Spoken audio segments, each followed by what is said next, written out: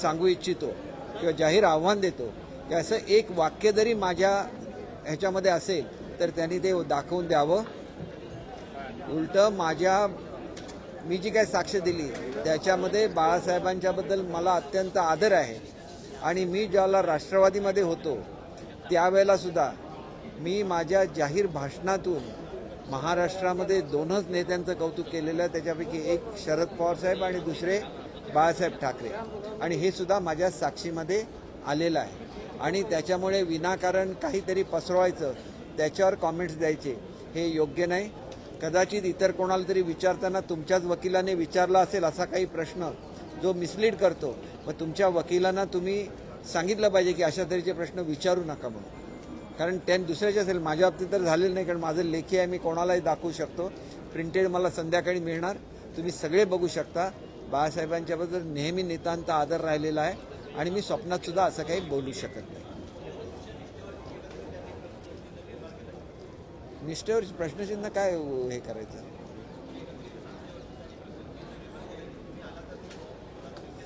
मला तुम्ही आला म्हणजे मला बोलवलं उद्धव साहेबांनी. मी ज्या पक्षामध्ये गेलो, मी ज्या जिल्ह्याचं प्रतिनिधित्व करतो तिथं मी येण्यापूर्वी सगळ्या इलेक्शनमध्ये म्हणून 40,000 मतं मिळत होती आणि राष्ट्रवादीला जवळजवळ 1.5 लाख मतं मिळत होती आणि काँग्रेसला 1,80,000 मतं मिळत होती. मी आल्यानंतर थेट 40,000वरून 1,10,000वर शिवसेना गेली आणि त्याचबरोबर राष्ट्रवादी त्या जिल्ह्यातून 1,40,000वरून 20-25,000वर गेली. एका नेत्याबरोबर एवढ्या मोठ्या प्रमाणात कधीही शिफ्ट होत नाही. शिफ्ट झाला ही वस्तुस्थिती आहे. आणि मला म्हणजे मला स्वतः मोदी साहेबांनी बोलवलं होतं. मोदी साहेबांना न भेटता मी दिल्लीवरून परत आलो. का आलो? बाळासाहेबांच्याबद्दल एक अट्रॅक्शन होतं. उद्धव साहेबांनी स्वतः फोन केला होता, त्याच्यामुळे मिळणारं कॅबिनेट मंत्रीपद सोडून मी इथं आलो, राज्यमंत्री झालो आणि पक्ष संघटनेमध्ये सुद्धा कशा तऱ्हेने ट्रीटमेंट दिली जात होती मी बघितलेलं आहे. आणि मी त्यांच्या कानावर सुद्धा घातलेलं होतं की त्यांनी मला जो शब्द दिला होता, अमुक अमुक लोकांना तुम्ही मोठेपणा द्या, त्यांना मी मोठेपणा देत राहिलो, त्यांचं नेहमी ऐकत राहिलो. आज सुद्धा त्यांच्याबद्दल अत्यंत आदर आहे आणि हे घडू नये महाराष्ट्रामध्ये म्हणून मी त्यांची आणि मोदी साहेबांची सुद्धा गाठ घालून देण्याचा प्रयत्न केला. आणि एक मी ठामपणे सांगतो, मी तत्व मानणारा मनुष्य आहे आणि हे मी कधी लोकांच्या समोर बोललेलो नाही आहे. ज्यावेळेला आमची चर्चा चालायची त्यावेळेला उद्धव साहेब एकदा गमतीने म्हणाले की उद्या आमचं सरकार आलं, म्हणजे भाजप आणि सेनेचं सरकार आलं, तर तुम्ही त्यात मंत्री बनाल. तर मी त्यांना सांगितलं की मी तुमच्या मंत्रिमंडळामध्ये कधीही मंत्री म्हणून येणार नाही. कारण काय की ज्याने एवढा मोठा लढा केला कोकणामध्ये, उत्कृष्ट मंत्री म्हणून काम केलं, त्याला तुम्ही निदान सांगायला पाहिजे होतं. मी त्यांना पहिल्यांदाच सांगितलं होतं, तुम्हाला जर मला मंत्री करायचं नसेल, तुम्ही मला सांगितलं असतं तर मी आमदारकीच लढवली नसती. लोकांमध्ये गैरसमज होता की ह्याच्यामध्ये काहीतरी कमीपणा आहे की काय, याच्यामुळे राज्य आलं पण मंत्रिपद दिलं गेलं नाही. मंत्रिपद न दिल्याचा काही हे नाही, परंतु ज्यावेळेला मला सांगितलं त्या चर्चेच्या वेळेला, म्हणजे ह्याचा अर्थ काय की भाजप आणि सेनेचं राज्य येणार होतं, पण ते राज्य आलं असतं तरी मी मंत्री झालो नसतो. कारण अपमान करून मंत्रिपद नको. शिंदेसाहेब जो मान देतात तो मान मोठा आहे, लोकांना प्रेम देतात ते प्रेम मोठं आहे आणि त्याच्यामुळे उद्धव साहेबांच्याबद्दल अतिशय आदर आहे, त्यांच्याबद्दल अतिशय प्रेम आहे. पण असं काही कन्फर्म केल्याशिवाय उद्धव साहेबांनी सुद्धा माझ्याबद्दल लिहायला नको होतं, कारण बोलायला नको होतं, कारण मी असं बोललेलो नाही. त्यांना कोणीतरी सांगतं आणि लगेच ते स्टेटमेंट काढतात, हे योग्य नाही. आणि हे तुम्ही कन्फर्म करू शकता की ही बोलणी चालू होते माझ्याबरोबर, जे आम्ही 2-3च लोक त्या सगळ्या संभाषणामध्ये असायचो, ते सुद्धा आश्चर्यचकित झाले की असं कोणीतरी बोलू शकतो. मी सरळ मनुष्य आहे. ज्यावेळेला शिंदे साहेबांनी प्रेमाची वागणूक दिली, मी शिंदे साहेबांच्या बरोबर राहिलो, आज सुद्धा शिंदे साहेबांच्या बरोबर आहे आणि शिंदे साहेबांचं उद्धव साहेबांचं एकत्र यावं म्हणून सुद्धा मी प्रयत्न केलेला आहे.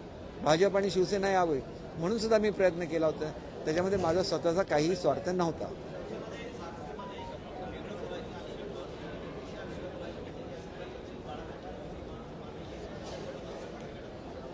मी असं कुठलंही स्टेटमेंट केलेलं नाही आहे आणि मी उद्धव साहेबांचा उल्लेखसुद्धा पक्षनेता असंच केलेला आहे, पक्षप्रमुख असंच केलेलं आहे. परंतु त्यांनी जी बदल केलेले आहेत घटनेमध्ये 2018 नंतर, ते ह्याच्यात नाहीत, म्हणजे अनडेमोक्रेटिक आहेत. त्याच्यामुळे मी असं म्हणू शकत नाही की तुम्ही निवडून आलाय. मी माझ्या ह्याच्यामध्ये सांगितलेलं आहे की नॉमिनेटेड नेते आहेत. शिवसेनेमध्ये जे नेते आहेत ते नॉमिनेटेड आहे, कारण इलेक्शन होत नाही, तिथं नॉमिनेशन करायचं असं केलेलं आहे. आणि त्या घटना जी बदललेली आहे त्याला इलेक्शन कमिशनची मान्यता नाही आहे. त्यामुळे हे सगळे मुद्दे ज्याला डिटेलमध्ये हिअरिंग होईल त्याला हे सगळे मुद्दे येतील ना. माझ्याकडून कशाला बदलून घ्यायचं. 19ला 2001 जी बाळासाहेबांनी घटना बदल केलेली होती त्याच्यामध्ये सगळ्यांना वोटिंग राईट होते. नवीन जी काय बदल केला ज्याला संमती घेतलेली नाही आहे त्याच्यामध्ये फक्त नॉमिनेशन आहे. म्हणजे मीच एखाद्याला नॉमिनेशन करायचं आणि त्यांनीच मला मतदान करायचं. लोकशाहीमध्ये हे चालत नाही. लोकशाहीला काय अभिप्रेत आहे ते मी बोलणार आणि त्याच्यामध्ये कोणाचा अपमान नाही. पण त्यांनी जे सांगितलं बाळासाहेबांच्याबद्दल बोललं 100% चूक आहे. बाळासाहेबांच्याबद्दल अतिशय आदर आहे आणि मी स्वप्नात सुद्धा कधी त्यांच्या विरोधात बोलणार नाही.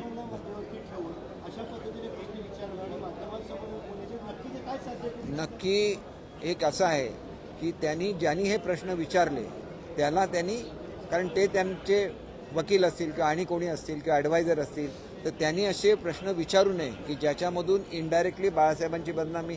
मी तर स्वतः देताना असं कधी म्हणणारच नाही. असा प्रश्न आला कोणाला जर असे प्रश्न विचारून मुद्दाम त्यांच्या तोंडून वदवून घेतला असेल तर त्या संबंधित माणसाला त्यांनी वॉर्निंग दिली पाहिजे की तू असा प्रश्न का विचारला. कारण प्रश्नाचं उत्तर होय किंवा नाही असं द्यायचं असतं आणि त्याच्यामुळे असं विचारणं हे साफ चुकीचं आहे असं मला वाटतं. त्याच्यामुळे त्यांनी असं जे कोणी विचारलं असेल त्याला त्यांनी वॉर्निंग द्यावी आणि ज्यांच्या तोंडून असं निघालं असेल त्यांचं नाव घ्यावं. माझं नाव घेण्याचं काही मला माहिती नाही याची.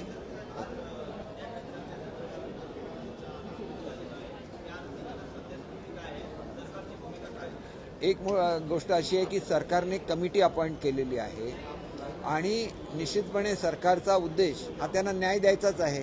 कमिटीचा रिपोर्ट येण्यापूर्वी अशा रीतीने मोर्चे काढणे चुकीचं असतं कारण त्याच्यामधून चुकीचा अर्थस्वा निघतो. सरकारची भूमिका ठाम आहे की जुन्या पेन्शनमध्ये जे काही लाभ मिळत होते तेवढे लाभ तरी नवीन पेन्शनमध्ये देता यावे या दृष्टीने डिझायनिंगचं काम चालू आहे आणि तो जो काय त्या समितीचा निर्णय असेल आल्यानंतर मुख्यमंत्री उपमुख्यमंत्री त्याच्यावर निर्णय घेतील.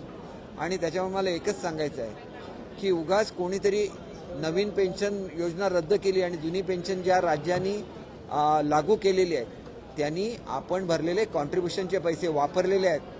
तुमच्या नावावर काही नाही ठेवलं त्या राज्यामध्ये उद्या त्यांना पेन्शन मिळणं आणि पगार मिळणं सुद्धा अवघड होणार आहे. कारण त्यांना कायम राज्यच करायचं नसतं. त्यांना फक्त इलेक्शनला निवडून यायचं असतं आणि त्या राज्यामध्ये सुद्धा त्यांचा पराभव झालेला आहे. म्हणून असे पक्ष की ज्यांना कायमस्वरूपी राज्य करायचं नाही तेच अशा तऱ्हेचे निर्णय घेऊ शकतात. आपण निर्णय काय घेतला पाहिजे की ज्याच्यामधून पेन्शनरचं हित होईल त्याला वेळेवर पेन्शन मिळेल. जसं महाराष्ट्र राज्य आहे ठरलेल्या दिवशी आपल्या कर्मचाऱ्यांचं वेतन देतात तसं वेतन आम्हाला कायम द्यायचं असेल तर दोघांमध्ये समन्वय झाला पाहिजे कर्मचाऱ्यांच्यामध्ये आणि राज्य शासनामध्ये आणि कर्मचाऱ्यांचं कुठलंही नुकसान न होता एक वेगळ्या तऱ्हेची स्कीम ही अस्तित्वामध्ये आणली पाहिजे. त्याच्यासाठी कमिटी दिलेली आहे आणि कमिटी दिल्यानंतर ती पॉझिटिव्ह निर्णय घेणार असं गृहीत धरलं पाहिजे. निगेटिव्ह निर्णय देणार असं तुम्ही का गृहीत धरता एवढंच मला कळकळीने विचारायचं आहे. राजीव जैन जे अपर पोलीस आयुक्त आहेत त्यांच्या अध्यक्षतेखाली आता SIT स्थापन केली आहे. दिशा सालियन मृत्यूप्रकरणी आदित्य ठाकरे यांच्यावरती सातत्याने पोलिसांनी उल्लेख केलेला होता, आरोप केले होते. काय वाटतं की SIT नंतर तरी न्याय मिळेल का किंवा एकंदरीत विरोधकांवर दबाव टाकण्याचा हा तंत्र आहे? नाही बघा याच्यामध्ये तंत्राचा काही भाग नसतो. एखाद्या महिलेच्या संदर्भात ज्या वेळेला एन्क्वायरीची मागणी होते त्यावेळेला ती एन्क्वायरी केली जाते. त्याच्यामध्ये कुठल्या एका व्यक्तीच्या विरुद्ध ही एन्क्वायरी आहे असं समजण्याचं काहीच कारण नाही आणि ज्यांचं काय त्याच्यामध्ये इन्व्हॉल्वमेंट नसेलच तर त्यांनी वाईट वाटून घेण्याचं सुद्धा काही कारण नाही. कारण असं असतं की एखाद्या महिलेच्या संदर्भात तिने आत्महत्या केली आणि त्या आत्महत्यामागे कोण कारणीभूत होतं हे शोधून काढायला लागतं. जोपर्यंत शोधून काढलं जात नाही तोपर्यंत त्या व्यक्तीला न्याय मिळत नाही ही वस्तुस्थिती आहे.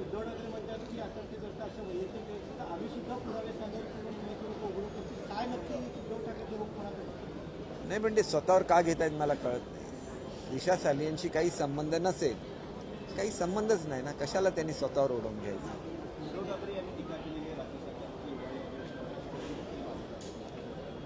नाही बघा आम्ही रोज प्रश्न मार्गी लावत असतो. तुम्हाला मी एक उदाहरण देतो.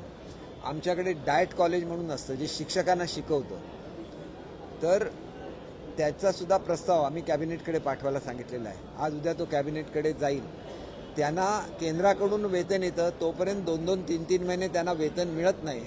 आम्ही आता जसं सरकारी नोकराप्रमाणे त्यांना सुद्धा वेतन देण्याचा निर्णय घेतो. अनेक असे निर्णय की ज्याच्यामध्ये तुम्ही बघा किती कॅडरचं आम्ही वेतन वाढवलेलं आहे, निर्णय होत नाहीत कसे? मग एवढे निर्णय झाले कसे? आमच्या काळामध्ये जेवढे निर्णय झाले 5-5 वर्षामध्ये जेवढे निर्णय होत नाही तेवढे एका वर्षामध्ये आम्ही केलेले आहे.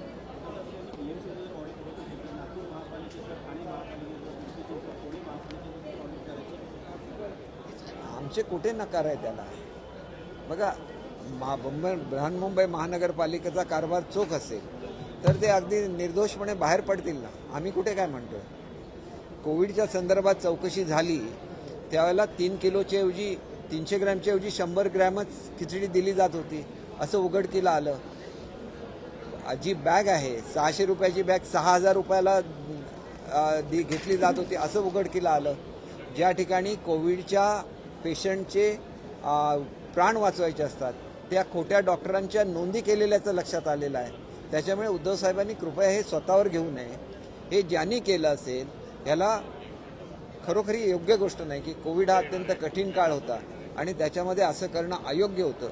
पण कोणी केलेलं असेल ते त्या ठिकाणी आयडेंटिफाय होईल आणि त्यांना शिक्षा होईल. म्हणजे पुढच्या काळामध्ये कोण असं करायला धजवणार नाही की 600 रुपयाची बॅग 6000 रुपयाला घ्यायची. सर, आमदार अपात्र शिक्षण विभागात आरटी अंतर्गत 8 निलंबन करण्यात आलं आहे. अनेक असे विद्यार्थी आणि जे ब्रोकर करत आहेत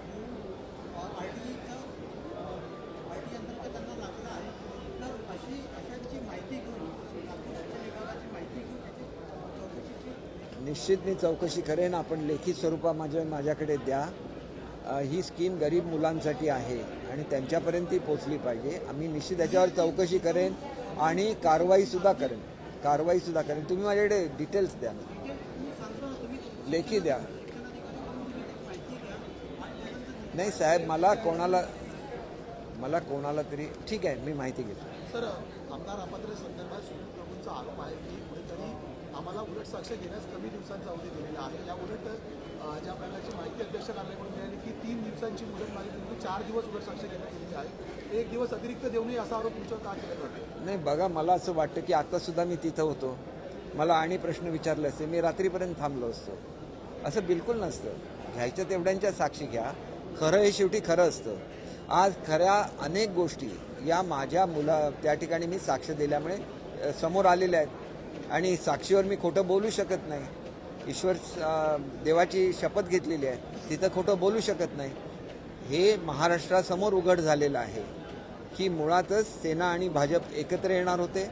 तसा शब्द उद्धव साहेबांनी मोदी साहेबांना दिलेला होता, तो पूर्ण केला गेला नाही आणि ती सर्व आमदारांची भावना होती आणि त्याच्यामुळे पुढच्या काळामध्ये ती जर आमदारांची भावना पूर्ण झाली असेल आणि महाराष्ट्राच्या जनतेच्या समोर आणि भाजप आणि सेना युती म्हणूनच आम्ही गेलेलो होतो, तो जो लोकांचा मॅन्डेट खरा होत असेल तर त्यांना आनंद झाला पाहिजे. दुःख का होतंय हे मला कळत नाही.